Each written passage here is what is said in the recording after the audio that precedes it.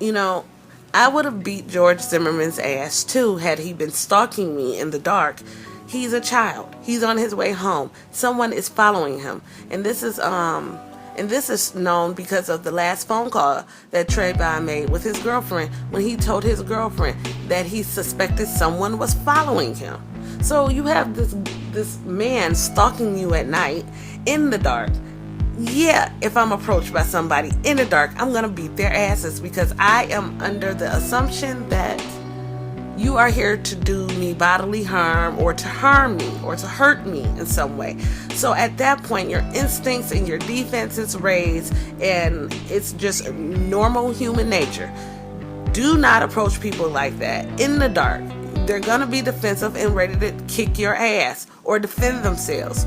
You know, he didn't know what the hell George Zimmerman was doing. You know what I'm saying? He didn't know. So he whipped his ass, and guess what? George Zimmerman, being the little bitch that he is, killed Trayvon instead of making him immobile by shooting him in the leg or in the arm just to stop him if he was getting his ass whipped that bad. He just shot and killed this kid. And when the police get there, you have the murder weapon, you have the person that shot the kid, and you let him go. You take him back to the station. He gives a statement and he gets to leave. On what grounds was it right to let him leave? When you searched Trayvon Martin's body, you didn't find no drugs, no weapon. All you found was, his Skittles and his iced tea. That's all you found. So what justified George Zimmerman actions to kill a 17-year-old unarmed child? This is what I want to know. No actions justified that, okay? Even if he was getting his ass whooped, he shouldn't have never approached Trayvon. He should have stayed his ass in the car like he was told to do and let the professionals, which is the actual police, come in and do their jobs. As soon as George Zimmerman did not take the operator's advice to stay in the car and let the police come and do their job, George Zimmerman then showed to you that he did not listen to that operator. He is now a vigilante. He decided to take law into his own hands, and that's not legal. You're not supposed to do that. You did your piece. It's just like, stop trying to go. That's the problem with all these people trying to go above and beyond. You did your piece. You called the police. The police would have came, found Trayvon Martin, and saw that Trayvon Martin had a right to be in that complex because he was there with his father. He was staying there with his father. Okay? And I can't even begin to imagine the horror going through his father's head, where you let your child leave the house to go to a store, in a simple trip like to the store. You expect your child to be coming back home, and you will never see your child again. And this is why I say it's a huge damn double standard here in America, because there's no way, shape, or form that George Zimmerman should have been released the night that he shot Trayvon Martin, period. He had no reason to kill Trayvon.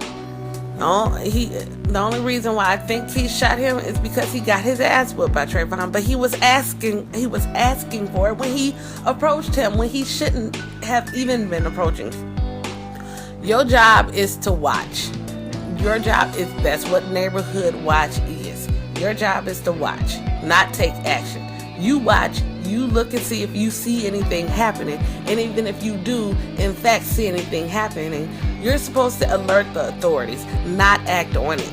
Your job is to watch. So you took your job above and beyond, like always, like I'm saying, because he's like, I'm an above and beyond type of person, apparently.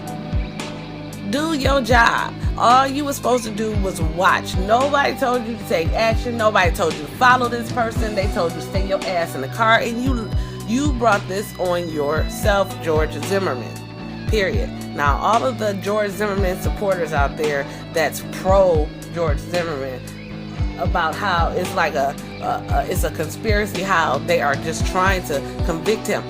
It's not a conspiracy. How is it a conspiracy?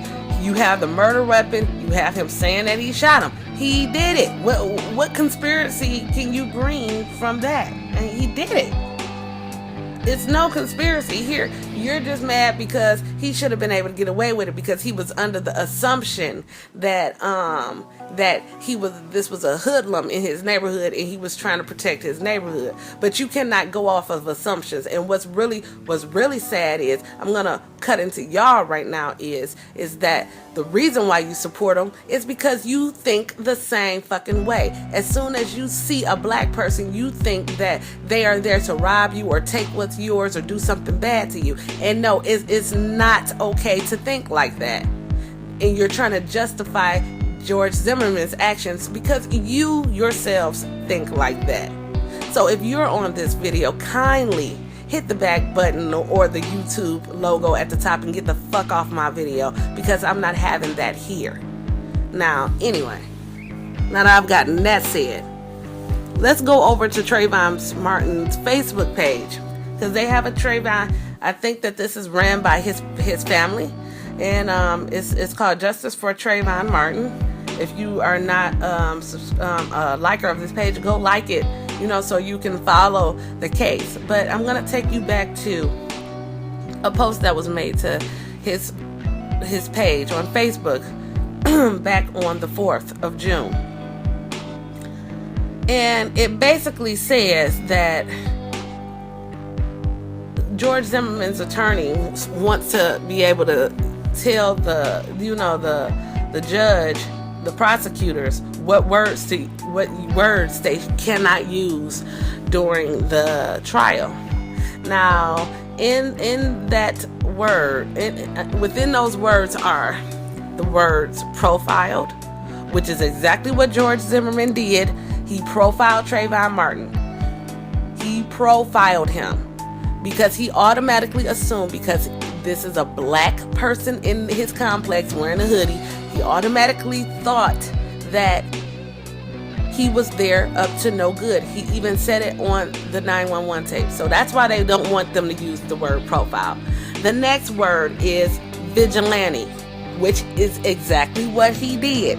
After he was told not to pursue Trayvon Martin and to stay in his car, when he disobeyed that order, he then turned himself into a vigilante.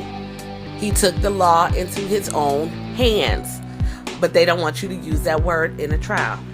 The next word is self-appointed neighborhood watch captain, because that's what he was. Apparently, George Zimmerman was neighborhood watch captain. He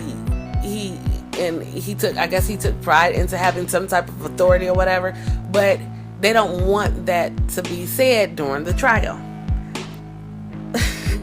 The next thing is a wannabe cop. That's the next word. The next words, that the phrase or whatever that they don't want to be used, is wannabe cop. And he was a want-to-be cop because he did try to become a part of the force, and he failed to do so. So I guess neighborhood watch was the next best thing that he could do. So that's why they don't want him to use neighborhood cop. Now, these right here are the killers. Not only are they not words, these are phrases that the defense that they don't want them to use. Here's the phrase. Here's a starting quote. He got out of the car after the police told him not to. End quote. So you want to take out a phrase that is true. This is true information. How can you want to take out or say that no, you can't use true information? He got out of the car after the police told him not to. Really? And the next phrase is the icing on the cake for me. The next phrase starts, here are the quotes, beginning quote. He confronted Trayvon Martin, end quote. Why can't they use that phrase? He confronted Trayvon Martin. he did confront Trayvon Martin. Okay, because when he called 911, it wasn't like Trayvon Martin was sitting in the car with him. When he called 911, he was safely within the confines of his car. So he had to have gotten out of his car to go confront him. So he did do that. These are true statements that they want taken, or they don't want Trayvon's Martin team to not be able to use. What the hell? Y'all, these people are fucking crazy, okay? They're crazy.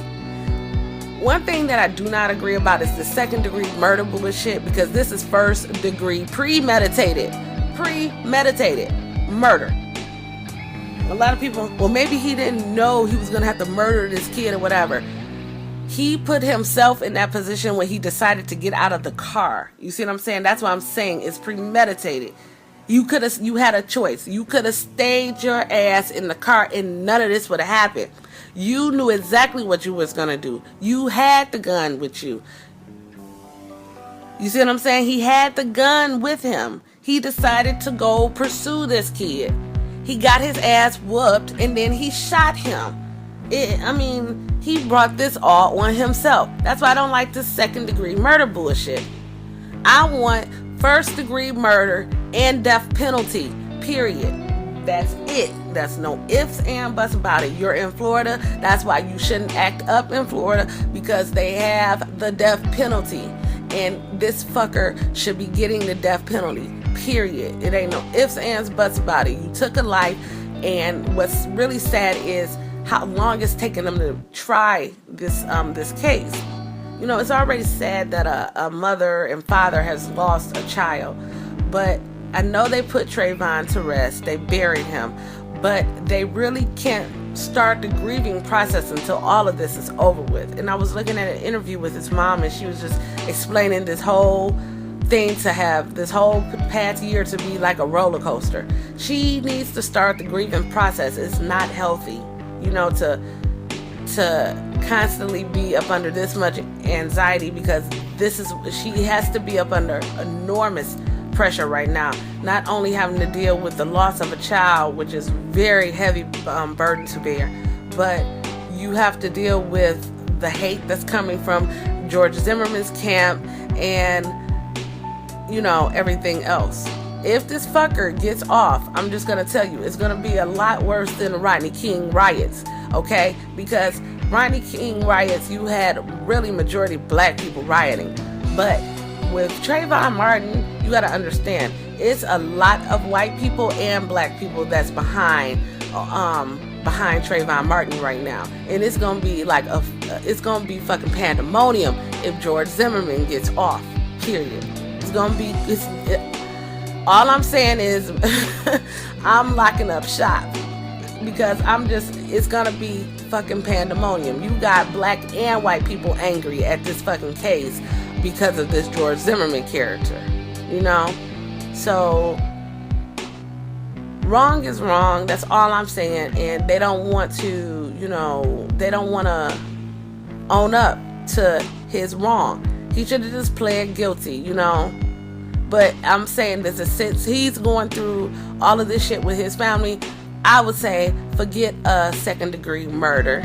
Instead of you pleading guilty and copping up to what you did, since you didn't, I say we should go for first degree murder and the death penalty, period. Instead of taking this child's family through even more stress and pain, having to deal with it.